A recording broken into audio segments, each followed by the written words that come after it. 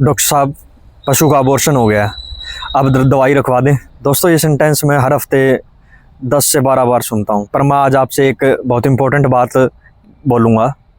Abortion कोई एक बीमारी नहीं है, अबॉर्शन एक रिज़ल्ट होता है। और जब तक आप ये नहीं समझोगे कि कौन से महीने में अबॉर्शन हुआ है, तब तक आप सिर्फ पैसा ही खर्च करते रहोगे, कोई सोल्यूशन नहीं मिलेगा। आइए दोस्तों, सबसे पहले समझते हैं पशु की जो प्रेगनेंसी होती है उसको हम 3 ट्राइमेस्टर्स में डिवाइड करते हैं। पहले 3 मंथ को फर्स्ट ट्राइमेस्टर बोलते हैं, दूसरे 3 मंथ यानी 3 से 6 महीने को सेकंड ट्राइमेस्टर, और 6 महीने से ब्याने तक के समय को थर्ड ट्राइमेस्टर बोलते हैं। हर ट्राइमेस्टर के अबॉर्शन गर्भपात का एक अलग कारण होता है। आइए दोस्तों, जानते हैं फर्स्ट ट्राइमेस्टर के अबॉर्शन यानी गर्भपात के बारे में। फर्स्ट ट्राइमेस्टर यानी पहले 3 महीने। इन 3 महीनों में जब अबॉर्शन होता है तो फार्मर को वो अबॉर्शन या गर्भपात ही नहीं लगता। फार्मर अक्सर बोलते हैं कि डॉक्टर साहब, एनिमल दोबारा हीट में आ गया, पर असल में वो एनिमल प्रेगनेंसी कंसीव कर चुका होता है और लेकिन बहुत सी बार वो अबॉर्ट कर देता है। आइए अब जानते हैं कि पहले 3 महीने फर्स्ट ट्राइमेस्टर में होने वाले अबॉर्शन के जो मेजर कारण हैं उनके बारे में। सबसे पहले आता है मिनरल डेफिशिएंसी के।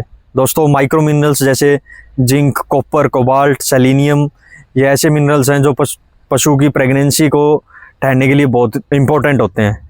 दूसरा आता है साइलेंट इन्फेक्शन, वो चाहे नेचुरल मेटिंग से आया हो या हमने एआई किया तब आया हो। फिर आता है हार्मोनल डिस्टर्बेंस और स्ट्रेस, एनिमल स्ट्रेस और ट्रांसपोर्टेशन स्ट्रेस। अब हम कुछ एक पैथोजेंस के बारे में बात करते हैं जो कि फर्स्ट ट्राइमेस्टर में स्पेशली अबॉर्शन का कारण बनते हैं, जिनमें सबसे पहले आता है कैम्पाइलोबैक्टर, दूसरा ट्राइकोमोनास। ट्राइकोमोनास नेचुरल मेटिंग में ज़्यादा होता है।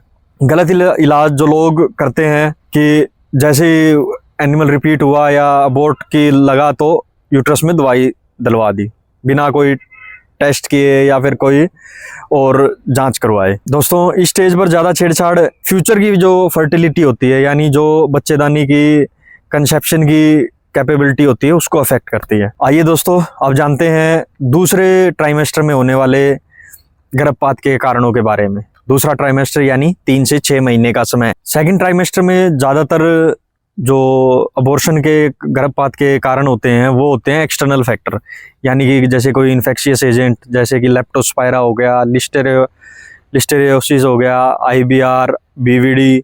दोस्तों, यहाँ सिर्फ एक पशु का नुकसान नहीं होता, पूरे फार्म का रिस्क होता है। अब कुछ एक मैनेजमेंटल गलतियों के बारे में जानते हैं जो एक गर्भपात का कारण बनती है कि पशुओं को गंदा पानी पिलाने को मिलता है, जो हमने फीड स्टोरेज कर रखा है उसमें फंगस लग गई, या जो साइलेज बनाया है वो प्रॉपर तरीके से ना हुआ, वो भी एक अबॉर्शन का कारण बन जाता है। अबॉर्टेड जो मटेरियल है, जो पशु से डिस्चार्ज आया है दोस्तों, वो हमने ढंग से डिस्पोज नहीं किया और वो दूसरे पशुओं को तक जाता है तो उससे भी एक अबॉर्शन का खतरा बना रहता है। दोस्तों, अब बात करते हैं लास्ट ट्राइमेस्टर की यानी 6 महीने के बाद होने वाले अबॉर्शंस को। लेट अबॉर्शंस 6 महीने के बाद जो होते हैं, अक्सर फार्मर के लिए सबसे बड़ा इमोशनल लॉस उसी का होता है। कॉमन रीज़न जो होते हैं उस टाइम वो होते हैं कि कोई ना कोई इन्फेक्शियस एजेंट हो गया, बार बार फीवर आ रही है, हीट स्ट्रेस है, या कोई एक्सीडेंटल इंजरी या एनिमल्स आ गया। और एक जो थर्ड ट्राइमेस्टर में होता है वो होता है ब्रुसेल्ला के कारण। ये एक काफ़ी जूनोटिक डिजीज़ है, इसके ऊपर एक वैक्सीन के ऊपर हमने वीडियो बनाई हुई है, आप वो भी देख सकते हैं।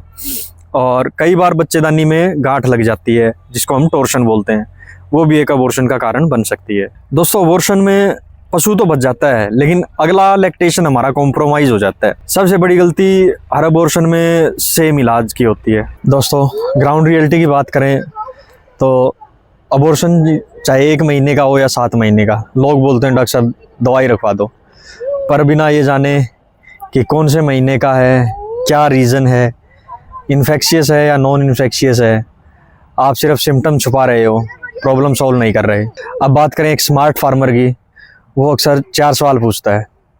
अबॉर्शन किस ट्राइमेस्टर में हुआ, सिंगल केस या रिपीट है, फीवर, डिस्चार्ज या स्मेल आ रही है नहीं आ रही, फीड, पानी, एनवायरनमेंट, रीसेंट कोई चेंज।